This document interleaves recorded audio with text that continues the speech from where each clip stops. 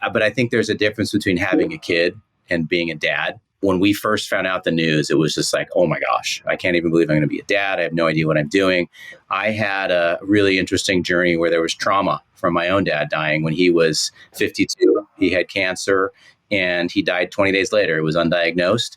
And so that left a huge void in my life. With the loss of my own dad, it's hard to explain, but you're grieving future losses that haven't even happened yet. I was thinking, my dad's not going to be there for the first Christmas, for the first house we buy, for the wedding, for all of his kind of stuff that my dad missed, And so when you lose a parent, you grieve that all over again, almost like with each kid. So I've had like a series of mini funerals over the course of my life. My friend, your role as a father is critical. You are so important. 3 nuggets that hit me from today's conversation are: 1, as a father, I have the power to choose to embrace the day ahead. 2, understanding my kids' currency, what truly makes them tick. And 3, as a father, I have a responsibility to recognize and call out my children's skills, gifts, and talents. Welcome to Fatherhood Field Notes podcast, where I interview incredible fathers, gaining wisdom from their stories for you and I to grow in our craft. I'm your guide, Ned Shout, father to 5 kiddos, currently ages 10 to 17, and husband to my rad wife, Sarah, working on our 20th year of marriage. So yep, I'm in the thick of it, and I am working daily to rebel against the low expectations for fathers and create a world where fathers know who they are as they show up for their families. You and I have the greatest opportunity to impact our world through the way we embrace our fatherhood role. This episode is brought to you by The Adventure of Fatherhood, helping men discover their powerful fatherhood role and build their fatherhood skills.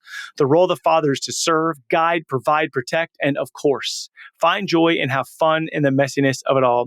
Today's guest is my friend, Alex Medina. I am so lit up by our conversation. Enjoy meeting another incredible father. Alex, what's up, my friend? Welcome to Fatherhood Field Notes. Hey, man. Dude, super cool to have you on the show. I love talking fatherhood. So a mutual friend of ours, KJ, I say, hey, you know any great dads? And he says, oh, Alex is a solid dad. So that's like one of the highest compliments one could get, right? Because it's a vulnerable state. Why do you think KJ would say, from his perspective, you're a great dad? I think what actually happened was you asked KJ if he knew any good dads. He couldn't have thought of anybody, but then he remembered me. So that's how I feel most days, doing the best I can. Yeah, so I love that because I think that there is this, and we're going to get into this, but this feeling around fatherhood where it's like, dude, we don't feel like we're enough. We don't feel like maybe we're stepping in. I mean, there's lots of things, maybe your story from your dad or culture or whatever, but we may feel like we're not a great dad. And I think a lot of dads listening to this sometimes feel like they're not a great dad. But if you show up and do the work, there's outside people like a KJ who are seeing you do the work. And they're not just seeing those mess up moments that you're focused on. They're seeing the good stuff that you're doing. Right. Exactly. I mean, that's kind of manhood in general too, though, right? I mean, your 20s is you fake it till you make it. Your 30s, you get a little bit of wisdom. You hit your 40s like me, mid 40s, you feel like you're starting to hit your prime a little bit. And then your kids who thought you were the coolest thing in the world until they were 12 or 13. And all of a sudden, the game changes on you and you got to reinvent yourself. Dude, that's the thing about kids is when you think you've got it down, they make a shift and it changes. So my first question for you is, you kind of alluded to it already, but how old do you find yourself today? You mean like, how do I feel? Or how old am I? However you want to answer the question. Today, having some challenges with my teenager the last couple of weeks, I feel pretty old. And so I did what helps me relieve stress is I had a great workout right before we were recording this. So yeah, in a couple of respects, I feel pretty good, but in some respects, feel like an old man. Okay. So mid 40s. But then, like you said, there's areas that you feel older because of it, maybe a disconnect with your kid. And then you said you hit the gym. So fitness is super important to me as well. And I find it just to be like super, I mean, dude, it's like a superfood in so many aspects of my life. Tell me about your fitness regimen, right? Your mid 40s. Has the fitness always been important to you? It's always been important to me. I actually was a competitive tennis player growing up, started playing when I was Oh, 5, so did tournaments cool. throughout Northern California, played all through high school. Wasn't good enough to play D1. I went to a D1 college, but had like a D3 game. So kind of gave that up, but I've always been into health and fitness. And then what's so interesting as we get older, everything, you got to reinvent yourself, right? Your metabolism shifts. For me, I'm 46. When I hit 45, all the stuff I used to do just stopped working. And I can say this because I'm half Asian American. I'm Filipino, proud Filipino American. We love to eat. You're in Hawaii, you get how it goes. Like rice. Like I think like the Bible should say like it's the rice of life, not the bread of life. I can't do right. So now I have to completely change my workouts and stuff. Yeah, interesting. How many days a week you hit in the gym? I usually hit the gym 4 to 5 days a week. I do those HIIT classes. Some people do CrossFit. I do the Mark Wahlberg F45 competitor. Oh, cool. It's a little more chill for my personality. I don't have like sledgehammers and tires. It's more like ropes and kettlebells. And then I play tennis once or twice a week, still competitively. Oh, dope. Keeping that alive. Oh, sick. Okay. Yeah. Cool, man. Dude, that's awesome. I think that's really important. Let me ask this, dude. How have you hung on to that love of tennis while being a husband, being a father, and starting a business? Like so many of us ditch the thing we used to love. How'd you hang on to that or maybe rekindle that? No, I've always had a love of fitness. Tennis, I took like a 20-year break, but I had kind of other outlets and stuff.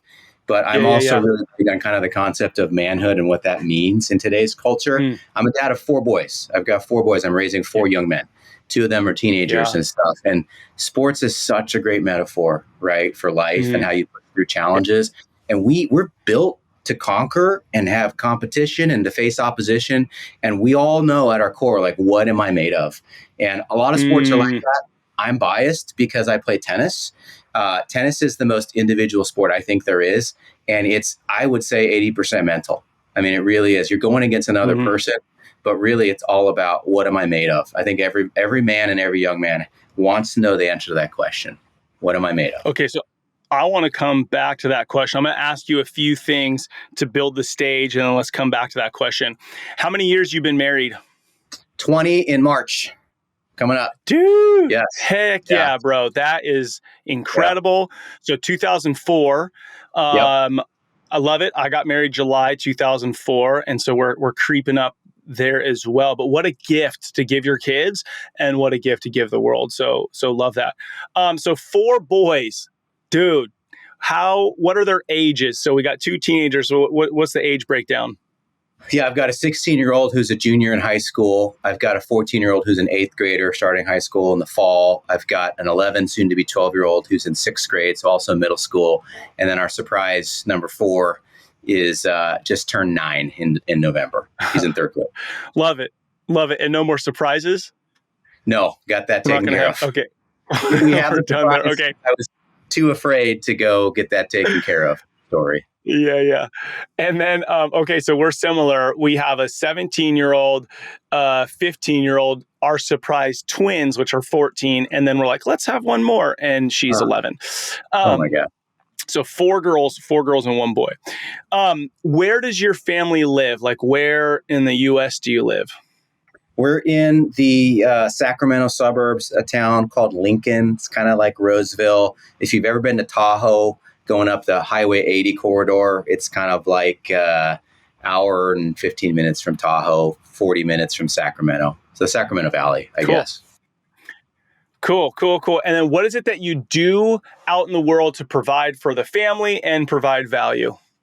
Right. I'm an attorney, so I practice law. I try to say not what I am, because that's different than what I do. What I do for a living is I run a law firm that represents businesses and business owners throughout the state of California. I've wanted to be a lawyer for pretty much as long as I could remember, or when I realized I wasn't smart enough in math and science to be a doctor.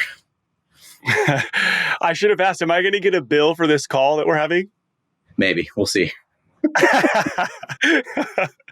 Oh, dude, that's awesome. Man. What's that? I said, we bill in 6-minute increments. I would be so upset if I got a bill from myself. Oh, it's so good, man. Hey, you know what though? What you do is powerful. I mean, I just had a question the other day and it was worth every penny, to not make a decision that would be detrimental to my future business for my business. So what you do is critical. When did you embrace fatherhood, right? So you're 46, you've got 4 kids. So that means you were 30 years old when you had your first kid, roughly. Um, did you embrace it when you heard the words, you're going to be a dad? Or was it somewhere in between that moment and now that you went, dude, this matters? Yeah, it's interesting. It's like so many things in life. There's seasons, and I you've heard of the 4 stages of grief. There's like anger, denial, bargaining, acceptance. I think we as dads, we kind of all go through those. But I think there's a difference between having a kid and being a dad. And for me, when we first found out the news, it was just like, oh my gosh, I can't even believe I'm going to be a dad. I have no idea what I'm doing. I had a really interesting journey where there was trauma from my own dad dying when he was 52. He had cancer and he died 20 days later. It was undiagnosed. And so that left a huge void in my life. And I was, I think, 24, 25. I was a third year in law school at the time. Was studying for the bar exam, trying to figure out life and my future, had a job lined up. And then that curveball got thrown. And so, fast forward a few years later, got married. We wanted to wait and make sure our marriage was healthy before we started trying. We had moved from Southern California to Northern California, where we live now. And I remember feeling, excited, elated, all that kind of stuff. But I remember with the loss of my own dad, and for anybody who's kind of lost a parent, it's you miss the things, but it's like you have to grieve the loss. It's hard to explain, but you're grieving future losses that haven't even happened yet. So when I found out that my son Maddox was going to be born, I was thinking, my dad's not going to be there for the first Christmas, for the first house to buy, for the wedding, for all of his kind of stuff that my dad missed, And so when you lose a parent, you grieve that all over again, almost like with each kid.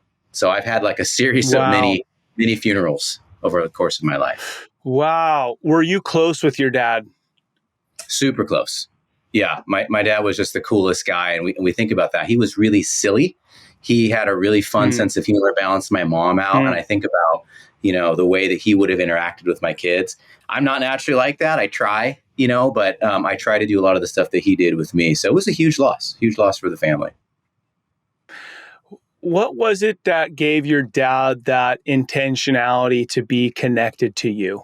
Because sometimes you hear, like when you talk to like a 40 to 50-year-old man today, sometimes you hear like my dad worked, that was like more the focus of that generation. And I think it's this generation now where we're like wanting to be at everything and be more connected and be at the school, like meetings and stuff like that.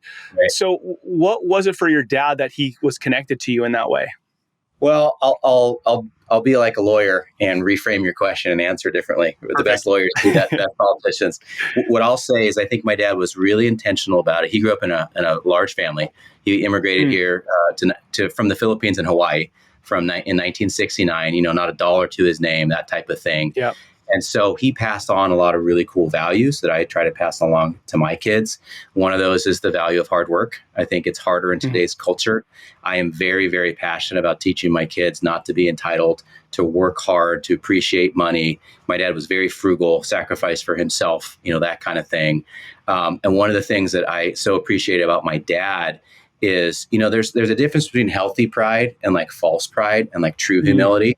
And in the culture that he grew up in, it's Asian culture, very, very much, pride and honor based. My family went through a really hard time when I was a kid. My dad had a business. He had a business partner who embezzled money and skipped town, like left the country. My parents were holding the bag, had to declare bankruptcy. And that was a pivotal moment for our family. And the thing that one of my enduring memories of my dad is instead of crumbling, first of all, he did cry in front of us and he apologized, which I thought was so cool as a man. I will never forget that. My dad apologizing for not providing for the family. But what did he do? He went and got multiple jobs, which goes against his culture. He was a paper boy. He would get up at 3:30 in the morning and he had a paper route. He was like in his 40s. And then he became a janitor at my sister's elementary school on the weekends. And he had a software job that he commuted to Silicon Valley from the Bay Area for. So like work ethic, providing for your family, but he was still fun. Like he still had this playful kind of jovial spirit, loved to tell jokes and be kind of silly. So, that was, a lot of things that he kind of passed along to me. And then just life lessons. We had a lot of time in the car together because my mom was a real estate agent growing up. So weekends was kind of dad and me. And he was a storyteller, and he would always talk about values and, firm handshake, look somebody in the eye, open doors for women, like chivalry, honesty. Good enough is not good enough. I remember all that kind of stuff. Probably roll your eyes when you're a teenager, but now that I'm a dad, I'm probably saying the same stuff. Dude, without a doubt. So what was your dad's name? His name, it's hard to pronounce, even harder to spell. Neftali. Neff. He went by Neftali. Yeah, so Neff. There's a tribe in the Israel, Neftali. He was Neff, N-E-P-H. Yeah, I when I hear about people, I like, especially those who have passed, I love to hear their name, right? Like just keep it alive. And just from one dad friend to another, like, dude, your dad will be so proud of the man that you are. Freaking coming up on 20 years of marriage, 4 teenage boys, rocking a business. I mean, dude, all these things that the way he lived his life they're being reflected in the way that you're showing up. How incredible to like pass on his legacy through the way that you're showing up for your family. That's awesome. I appreciate that, man. Gonna make me cry. Oh my gosh, bro! This all matters. Like when you tell the story of Neff and your father, and then you see the life that you're living, and it's like, dude, you're raising 4 boys who are going to go off most likely and be husbands and work somewhere. And just going back to your dad, dude had 3 jobs for a bit, right? Mm-hmm. 3 jobs, and your statement wasn't, he lost his job, he crawled into a hole, he worked, and I never saw him again. It was, he cried in front of us, he showed us his vulnerability, he apologized like, this happened, but I'm taking ownership. I went and got 3 jobs, and I'm still an awesome dad. So like, if you're listening to this right now and you feel like, I don't have enough time, that is not true. Yep. It's not so much about the exact number of minutes you spend with your kid, it's about the intentionality and the presence you bring in those moments. And it sounds like that's really the way your dad showed up. Yeah, 100%. Dude, so powerful, bro. Okay, so that's when you embraced fatherhood. What have you learned about yourself when you think about being a dad, right? There's so many things we learn from our kids. Our kids are also different, and there's parts of them, like I'll just use my kids as an example. I see myself in my kids, the parts I like and the parts I don't like. So in some ways, my kids are such a great reflection to me of myself. So I'm constantly learning from them. What are some things you've learned from them about yourself? That's a great question, a hard one to answer. I think marriage and having kids is like having a mirror around all the time. You're reflected back. Yeah. The best parts of you are reflected in that weird angle that you don't want to see in family photos and stuff. You still got to look at it, right? Your wife won't let you get away with your habits. You can cultivate a public image all you want, but what's the people that live with you the most, I think, that reveal a lot to you. I think for me, a few things is I'm a Christian, so I speak about my faith honestly and stuff like that. And I really believe that God gives us certain relationships because he's so patient with us and he wants us to see different aspects of his character. And so marriage is one of those ways we see that aspect, and being a parent is one of the ways, and how we can see his heart and the way that he loves us. And he loves us so much that he wants to refine us and grow us in certain areas. And so I'll just give you one example. As a lawyer, I've always been like a high achiever. I did all the extra credit. I read all the books. I did all the homework. I was like Hermione in I raised my hand like, yes, it's Wingardium Leviosa. That was me, right? Yeah. Being a dad is like, there's no formula. And I remember trying to approach it like that with my first kid. Do the things, push the buttons, and this will be the outcome. And I really feel like God is trying to tell me, like, we got to be more flexible. We got to have more grace. We got to have more mercy. You might say one thing to your kid at one point, and it might totally fill them up. And you say it again to them after they strike out, and they get super mad and they don't want to hear it. right? So I learned that. And then the other thing I've learned about being a dad, I'll go back to sports again. It's like if you're playing a weaker opponent, pick a sport: basketball, football, baseball, for me, tennis. I can get away with some bad habits. I don't have to practice. I don't need to stretch, like whatever. I can go out and I can go beat somebody and not even be on my A game. But if I play somebody, or if you play a team and they're the top, and you don't prep and you don't practice and you don't have a game plan and you're not intentional, you're going to get your butt kicked and your weaknesses get exposed, right? Like it's just like anything else. So for me, I know that if I feel like I'm coasting as a dad or as a husband or anything like that, those weaknesses get exposed, those ugly parts come out. I have to be very intentional about what I'm doing with each of my sons. We talk about this a lot. It's a weird family dynamic because we got a lawyer and my wife's a marriage therapist. So a lot of words, a lot of intention, but also like a lot of strong will. And we talk a lot about understanding each of our kids' currency because each one is a little bit different, or love language. I love that. What it is, what's the currency? I've got one kid, and this is like teenagers in general, but when he wants to open up, it's like 11 p.m. to midnight. That's when he wants to talk. Yep. Problem is, I like to go to bed at 10:30. Yep. Right? But dude, I just had this experience the other day, like one of my daughters, she's kind of can be the hardest for me to connect with sometimes because she's super independent and I love it about her. But like the other night, it was last week, I was so freaking tired and she popped into my room and sat in my bed as I was laying down and she just was chatting with me and it's like creeping up on 11 and I'm like just thinking about my 5 a.m. alarm clock, but also having this internal conversation like, dude, don't miss this moment because like, if you're like, hey, honey, I'm really tired. Can we post this till tomorrow? Next time she's walking by my door at 11 p.m. at night, she's going to be like, Dad doesn't want to talk to me right now. It's not a good time for him. And it's like, so you got to be really aware of those moments so that you're available because you got to meet them where they're at. Like, totally. But I love this. Understanding your kid's currency. That's really good. Yep. It's okay, so yeah, I know, dude, isn't it? It's different for every kid and you really got to know it. And that's cool. You and your wife are on the same page with the language. And I think that that's really helpful for you dudes listening. If you and your wife haven't sat down and set some similar expectations, you're both going to operate from different places and it's going to cause more frustration. But to have similar language to be able to talk about your kids together and connect is really valuable. Yeah. 100%. Okay, I want to go back to something you said. I love this concept of like the tennis and if you were to play me in tennis, it would just be a walk in the park. Like you wouldn't stretch, you wouldn't even have to change. You know what I mean? Just be like whatever. If dads, like right now, Dad, if you feel like you're crushing it in all aspects of life, but with your family, I would argue that you've probably just found a comfortable lane outside of your home and you're just beating weaker opponents at your job and at whatever. So if you're like crushing it, you're not pushing yourself, whether it's in the gym or at work, because life should be a struggle. I mean, that's where like it should be, and not like terrible, but it should be a struggle. And we should need a plan for the day. We should need skills and tools. And so I love that you're bringing this into fatherhood. Like this is a very important thing. And you just can't coast it. Yeah. You can't wing it. You can't wing being a dad. And I've wing that fatherhood. That's the line right there. You can't wing it. Solid, dude. Solid. Okay. In your opinion, what is the role of the father?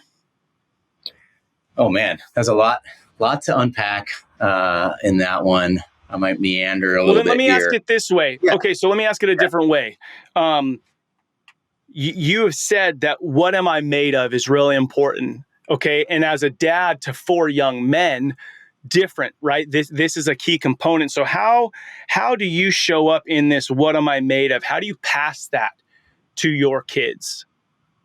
Yeah, I think not being afraid to be vulnerable, I think is a big one. And it's harder. It's easier said than done, right? Because there's always that macho stereotype. You want to feel like, your kids look at you and they can see no wrong. And there's a point to that. I think that's actually a really good thing that your kids can look up to dad and see like dad's Superman, right? There's every kid goes through dad as Superman face, right? And then you have to recognize your dad's human and stuff like that. I think that kind of happens more around the, junior high and teenager days.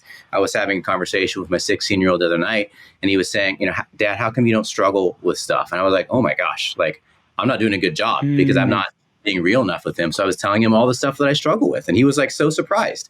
And it's like, it's like that transition from boyhood to manhood is recognizing that you can still be a good man and a good husband and a good dad and still fail, right? And you just picking yourself back up. What I would say, to go back to your original question, because as a lawyer and a verbal processor, I'll filibuster and I'll get back to the point. So, for me, like number one role as a dad is to show them the heart of the Heavenly Father. And, I don't know your audience. I don't mean to over spiritualize, but that's one of the reasons I was put on this earth, is to help my boys understand not only, what they were created for, but who created them and who He is like. Right. And so in my own imperfect way, if I can show them some grace and mercy and love. But here's the other thing. I think men, and it's like so un-PC to say this today, and it frustrates me, but men and women have different strengths. They have, different things that you make them passionate. I think, because I see this in my boys, I've seen it in myself. We want to conquer the world. Like we want to have a dream, and their ambition is not bad, right? Having a passion. Look at, why do we get so excited about Star Wars and Harry Potter and Marvel?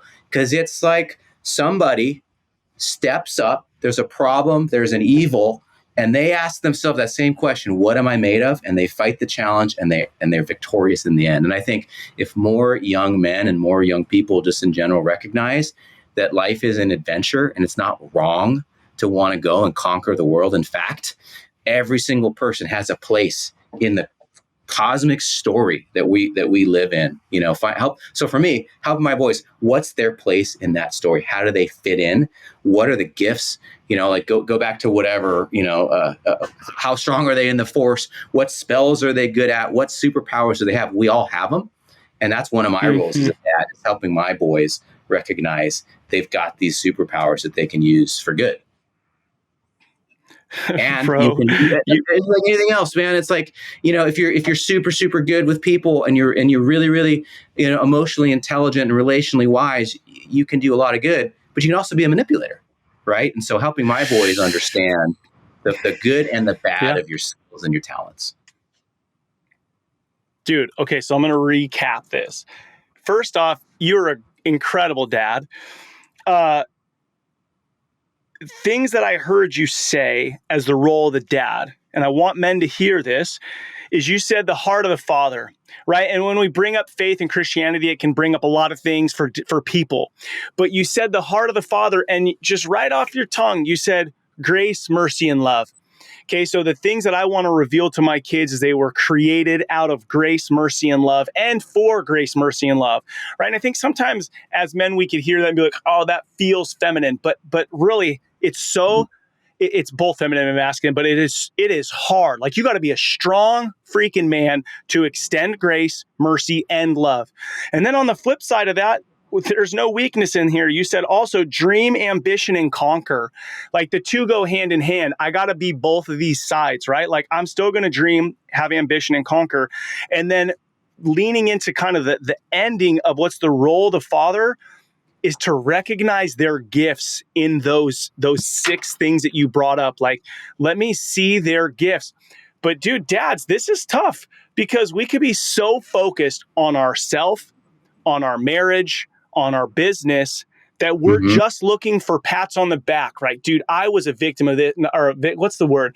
I fell into this, where a lot of times I would look to my family to make me feel good about me. Like, oh, I wish my wife would recognize this. I wish my kids would recognize what a great dad I am. So I made some of the things I did about me, versus understanding like my role. And you said it greatly, from an imperfect human, right? Like, I'm never going to reach Utopia Ned. So from my imperfectness, I have to choose to vulnerably recognize them and not make it about me. Yep. Yeah, it's a daily. Dude, that's what you're explaining. Yep. Go on. It's a daily what? No, it's a daily, sometimes hour by hour surrender, right? You got to surrender self. That's such a balance, because I think men are created to have adventure, to conquer. I'm totally ripping off, John Eldridge. Just read a great book, called Killing Lions, where it's a communication between him and his son going through kind of his journey as a young man in this postmodern world.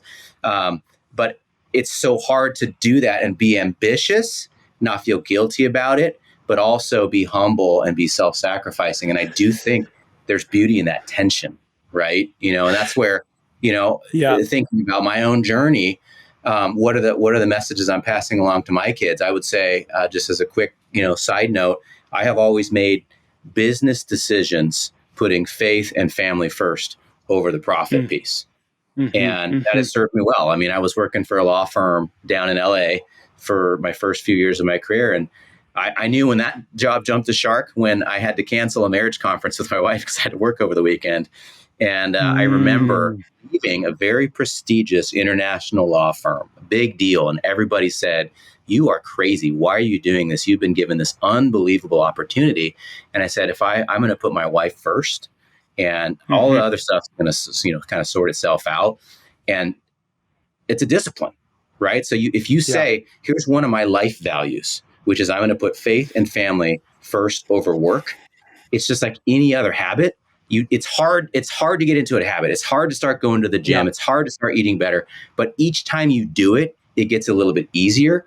And that's what I want to teach my boys is, sometimes you got to make that hard first leap to put somebody else first, but then it gets easier and easier and easier over time.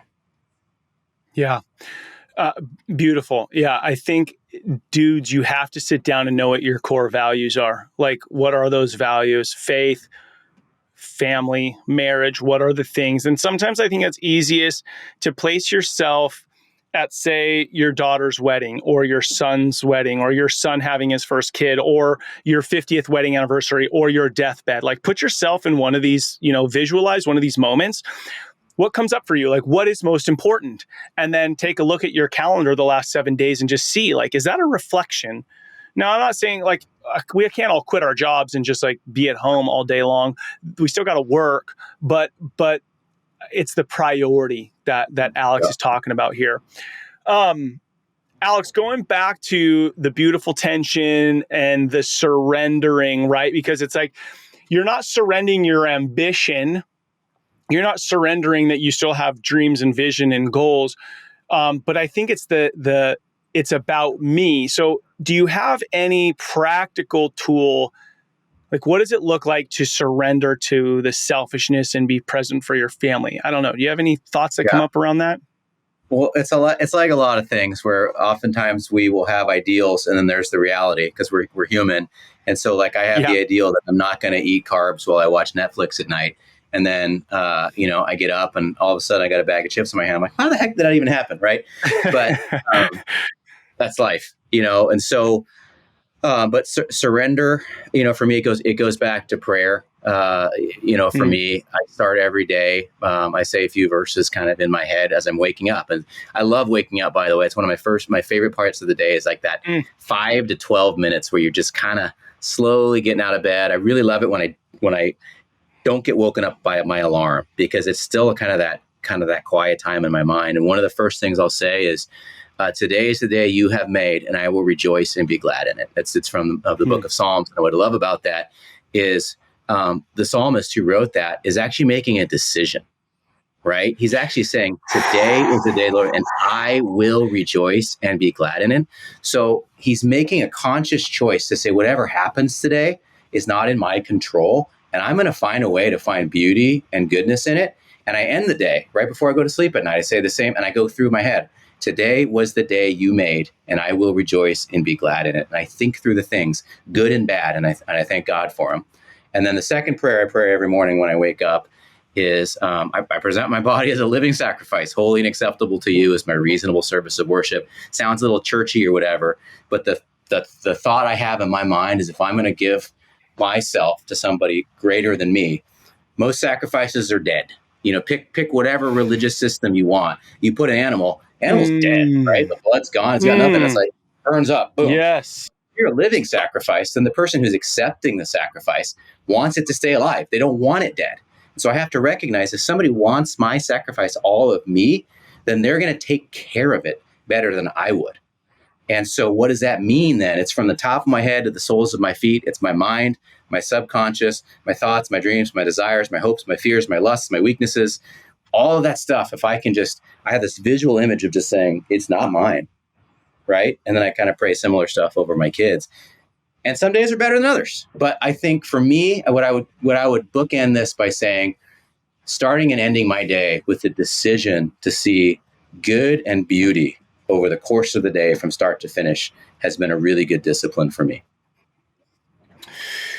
So many incredible things you just shared. I want to go back to a couple of things, but first off, when you're talking about surrendering and living sacrifice, you're not giving up responsibility. So bring that word into it. How are you taking responsibility for your life? Because it's like such an interesting time, like take control of your life, right? So you could do anything you want to do, blah, blah, blah, which I agree. Like I can wake up and I can go after this day. But what's the tension between taking responsibility and being a living sacrifice? That's so good, because it's not just like, it's not like a fatalistic prayer where it's just like, well, whatever happened to me was God's will, so I guess I'm just going to sit in my house and eat bonbons, right? We have a role to play. We have a part to play in this cosmic drama. And you said something, we can do anything. I push back on that a little bit and say, we can't do anything. I mean, I think that's like Disney. Like I'd love to go play, Major League Baseball, but I'm not good at baseball. I can't do anything, but I can do anything within the skill set that I have been given, the natural gifts and spiritual gifts that I've been given. And then I feel like once I know what that is, then there's freedom to create and to grow and to go after it. And so like, I know what my calling in this life is to be a lawyer who brings about peacemaking. I'm a peacemaker. And so it might sound weird to somebody who does litigation and lives in a world of conflict to be a peacemaker, but there's so much freedom in that, right? And so with my kids, that's what I want them to kind of understand is this tension. It doesn't, like, if you want to go out and start a multi-billion-dollar company and that's what's on your heart, like go do it, but find out why you want to do it. Is it so you can get like 15 Bentleys, which would be pretty sweet? But, but I think at our core, like every little boy wants to grow up and change the world. And I apologize, I've only got boys. I don't know little girls, but it's helping my boys kind of harness that natural ambition and their passion and their talents. And let's find a way to marry it and do some good. Yeah. Yeah. Beautiful. Beautiful. Now, two things I want to bring back up. When you first said, I love waking up, I'm like, how many people say that? Like, I'm a morning person. And actually, when you said it, I'm like, I do like waking up. And when I wake up, my first thing is, good morning, God. Like, I'm just like, my grandmother taught me that. So good morning, God. And so I'm making this acknowledgement that it's not just like, look in the mirror and go like, good morning, king of the world, Ned. This isn't just me and good morning. Like, this is a new day ahead of us. So the world would look different if more men, husbands, fathers said the words, I love waking up, because there's so much behind that. There's hope for the day. There's I'm happy to be me. There's just a confidence in that. And I think so many people wake up just dreading the day ahead. So what are a couple things that allow you to feel that you love the day ahead? Well, I mean, some days are harder than others. And I think it's really important for men, especially as fathers and husbands too, to really know themselves well. I have done the hard work of introspection and going through all of that journey, right? And that's the thing. Like, you can't, you can't fake wisdom. Like, you just get it over time. And like, I'm not saying I'm a super wise, but I'm a lot wiser now at 46 than I was at 26. And I know myself a lot better now than I did back then. And one of the things I've told this to so many people, what I love about the 40s is it was the decade where I finally felt comfortable with the things that I'm not good at, and not like feeling inadequate or insecure, and having the discipline of being able to say no, because I know that's not my calling, my mission, or my strength. It's like outsource it, Yeah. right? Okay, I'm not good at this, Yeah. but also recognizing my limitations as a dad. And so for me, as a firstborn son of an Asian immigrant, super high achiever who's been good at everything except being a parent of a teenager most days that I've really ever tried to do, I have to recognize that in my day, Yeah. that I'm about getting stuff done, getting the tasks done. But I've done the hard work in recognizing that. So I have good guardrails in place when I know I'm getting into that space where I'm getting triggered because X, Y, and Z. And it's like, okay, here's the Yep. coping mechanism. Here's how I can not be overbearing as a dad. And sometimes I'm ashamed to admit, or just being real, sometimes I just need to break from my kids because I know I'm in that space. And if I don't get away from them, I'm going to say something that's going to do damage to them years from now, just because I'm out of a place of depletion, not out of a place of abundance. Yeah. No, I mean, I think we all have to recognize that. And like the other night, I knew I shouldn't go into my daughter's room and say something. And I was just so caught up in it. And I did.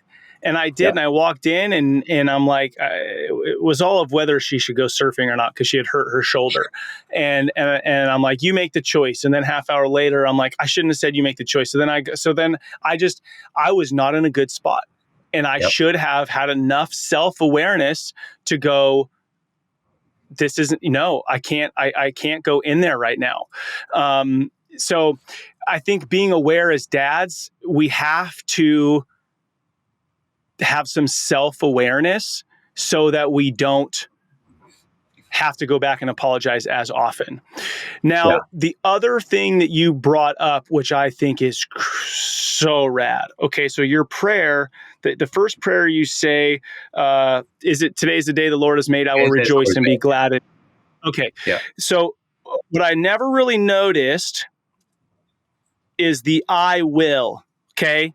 And you said this, I'm making a decision about this day. I'm choosing something for this day. And I do think it's true. We all wake up to like a blank sheet of paper.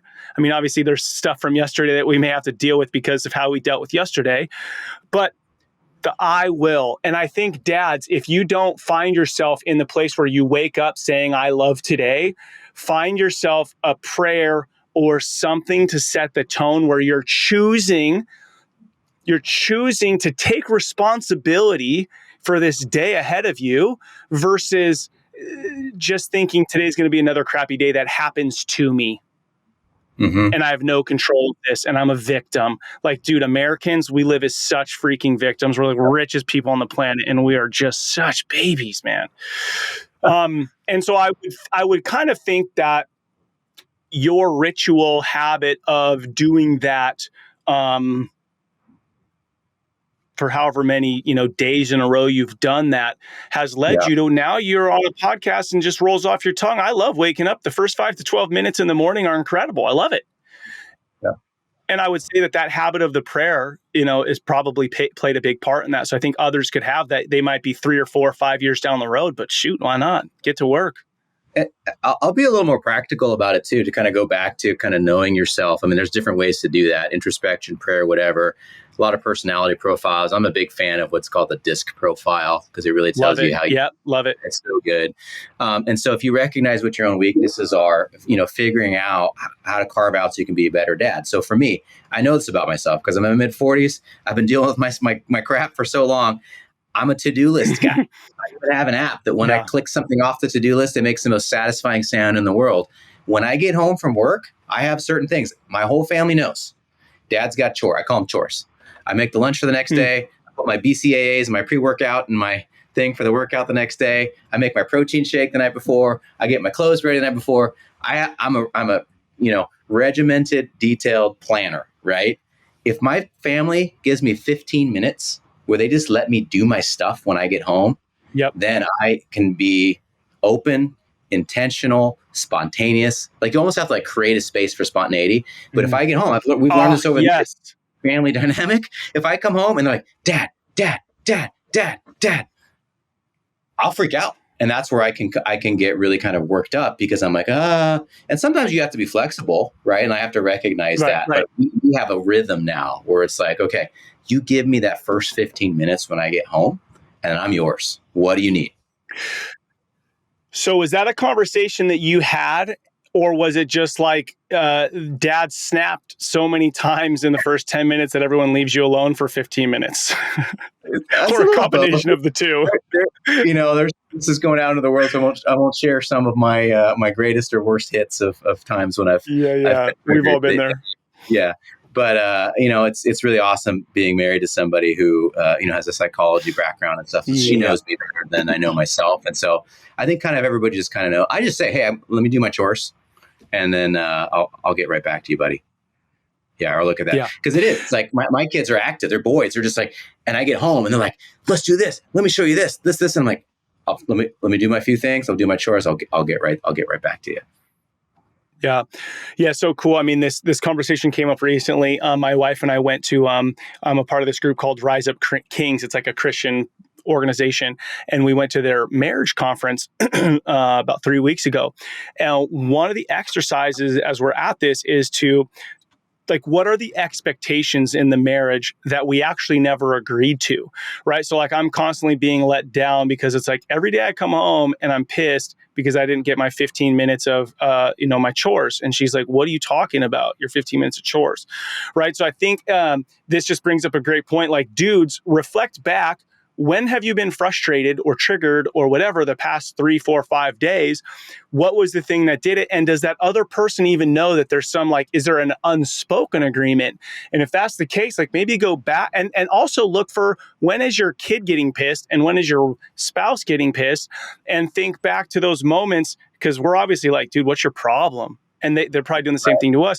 So if there's any unspoken agreements, what's the expectation, and go work that out and be like, yo, when I get home, I'd love 15 minutes. Or in the morning, you're always mad when you come out because I'm on my laptop at the kitchen counter. And she's just like, I just loved it that one time we talked for 5 minutes over coffee. And you're like, damn, I wish I would have known that. Like, I would give that to you or whatever. So Yeah. we can really dodge so many of those like daily frustrations if we just communicate. But the problem is, we're joking about it last night, is like, I just wish she knew what I wanted. She wishes the same thing. Like, Right. we're still 20 years in. It's just not how Yeah. it works. Yeah. You know? That's such an interesting point too, because I mean, so much of conflict of anything in life, even in my business, being a lawyer with clients, it's unspoken expectations. So it's like, you let people down because you don't even know what you were supposed to do. So I think that's really clear. It's really important to have ground rules. I would go one step further though and say, when you go back and think, what are the things that triggered me? Not only what they are, but why. And that's the harder work, is to really go back and dig deep. Because here's the thing, like, I don't love that part of myself. It's something that we've kind of created a rhythm out of it. It's made me very effective in business, right? You want the guy who's GSD that gets stuff done. But, when you got little kids, when my kids were, 3, 5, and 7, I couldn't be like, Daddy's got to go put his shoes out for tomorrow. No, look, there's like a poopy diaper, there's food, you got to adapt. And so I think also wanting to make sure that you can pass along, because good or bad, even if your kid pushes you away and says he wants nothing to do with you, which gets said to me often, he's looking to me as the leader and setting the tone. I don't want to pass on, bad habits and stuff. And so if I can find a kind of a healthy way to deal with that, if I start seeing some of those patterns in my kids, I can start to understand them better as well. Yeah. So true. So speaking of healthy and also this conquerorous warrior that we all have inside of us, this podcast is called Fatherhood Field Notes. You're doing it, just like sharing your life with us. It's incredible. Learned so much already. But the mantra behind it is rebel and create. And the idea is, what's something that you're rebelling against, but not just to be destructive? What do you hope to create out of that? So when you hear those words, rebel and create, what comes up for you? Yeah, I rebel against a lot of like the pop culture, postmodern culture, where we kind of define our own identity based on what's in vogue at the time. Even though I'm on a podcast, I rebel against a lot of the social media stuff and like screen time for the sake of screen time. Like I'm trying to go OG with stuff, like using a pen and paper and like reading actual books and things. Not like going back to the VCR or whatever, but I really rebel against kids looking to the trap of comparison for their own self and not recognizing that every single one, whether they know it or not, they are a child of the King of the universe who created everything. And this culture, particularly in California where I live, is so much about having a label, and it becomes your identity, and that you can just kind of choose it, right? And I believe we do have a choice, but that just drives me nuts. So I'm really trying to instill in my boys whose they are. They have a certain identity. They're rooted in the person of Jesus Christ, but then they've been given a certain mission. They've been given a secret mission, and they've been given secret weapons and secret talents. And it's my job to help them figure out what those are. So that's the create part. Beautiful. Right? Yeah. And I was going to ask, what do you define identity as? But you just beautifully said it, because what you're rebelling against is this. It's like, yes, I can choose the man I want to be, but at the same time, in our current culture, it's like whatever, choose any identity you want. And then, like you said, it's this trap of comparison. So if I choose that I'm X, Y, or Z, and then something new comes out that's getting exposure and people are like, oh, but there's this, then I'm going to just constantly change my identity. So I've never been rooted in anything. And I think that's such the power of, like, not even the power, the reality of, dude, you were created out of love, grace, and mercy, to be a part of this unfolding story that's happening. And what I've been toying with a lot is Deuteronomy 30 says, I put before you life and death each day. And this Choose idea, life. I think choose life. And I think for a lot of my life as a performance-driven business sales guy, I have so much leaned into good and bad. Am I good? Well, I'm good compared to this guy who's bad. If I'm bad, right? So good and bad, that's the tree of knowledge of good and evil, right? That's me as judge, that's comparison. And if I just remove good and bad at all from me, which is kind of the way of the world, I would say, and I go, like, in this conversation, am I bringing life? When I walk into the house, am I bringing life? When I call somebody, am I bringing life? Like, if those are my two choices, I'm bringing life or death, peace or chaos.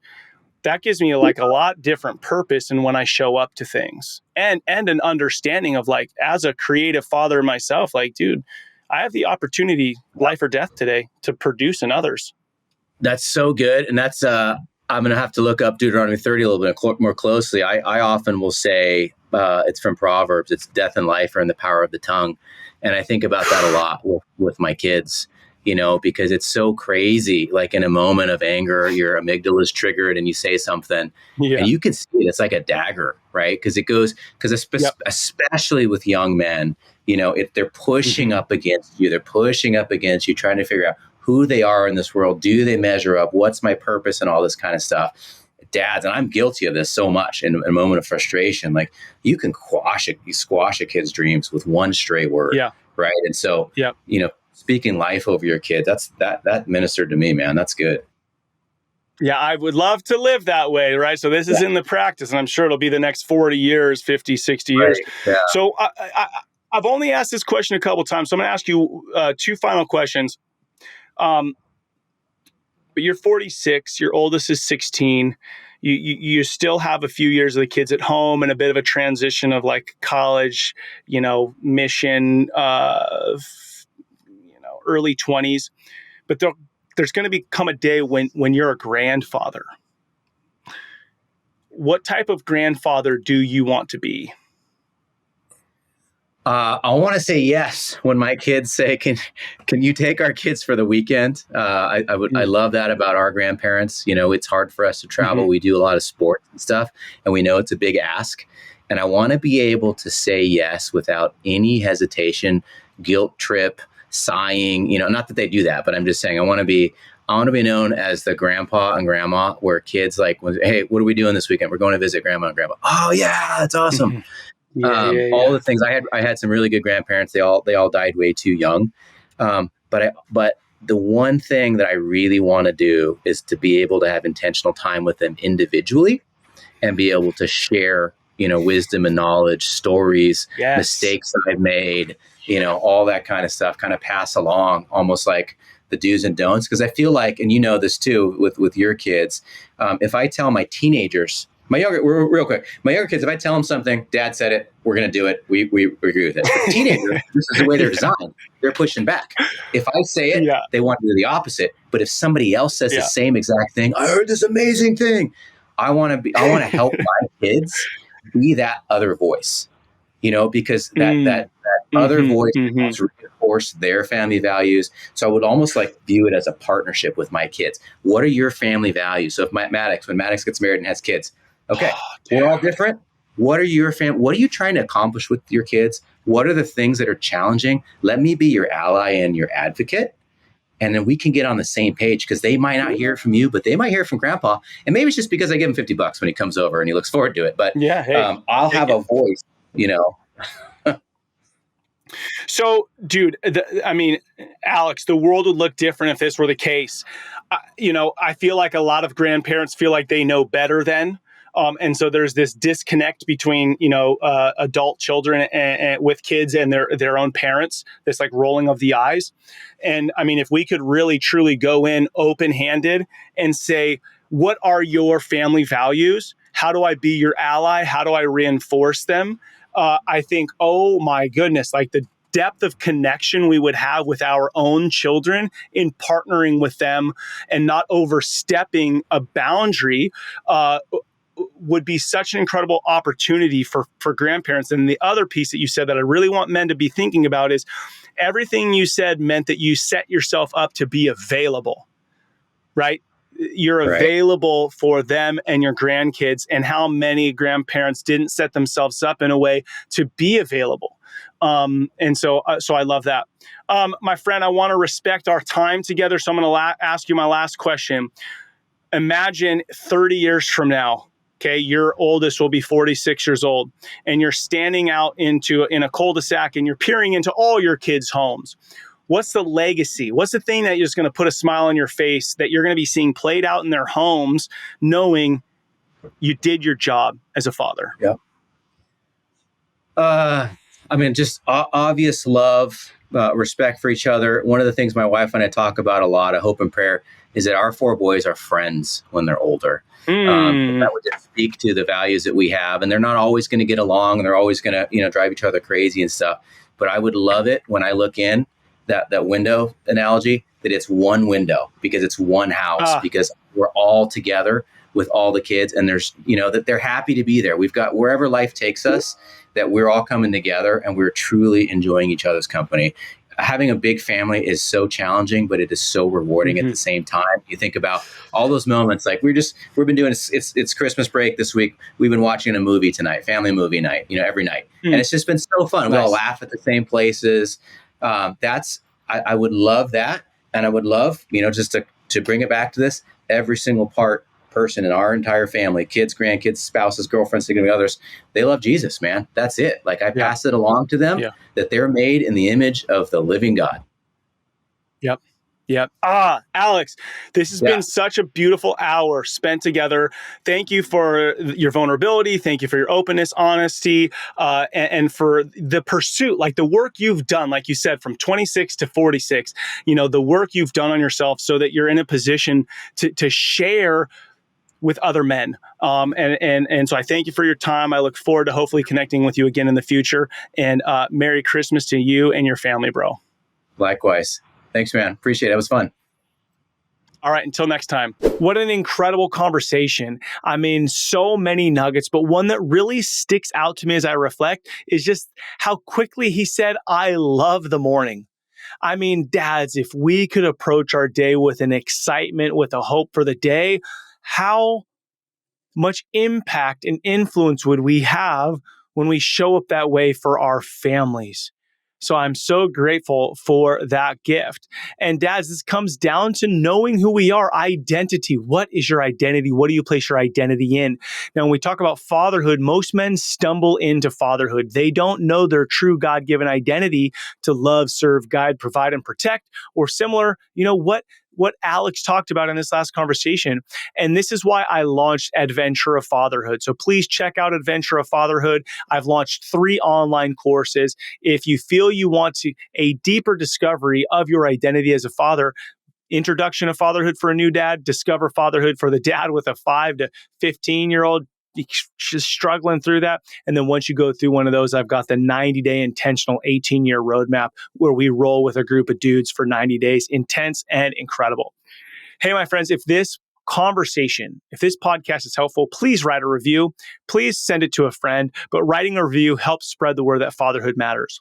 Thank you to all you dads out there listening to Fatherhood Field Notes podcast. What you do matters. Don't be like everybody else. Be yourself. That is who your kids, spouse, and community needs. This is your guide, Ned Shout. Together, let's rebel against the view that fatherhood has little impact and create lives engaged in mastering the craft of fatherhood.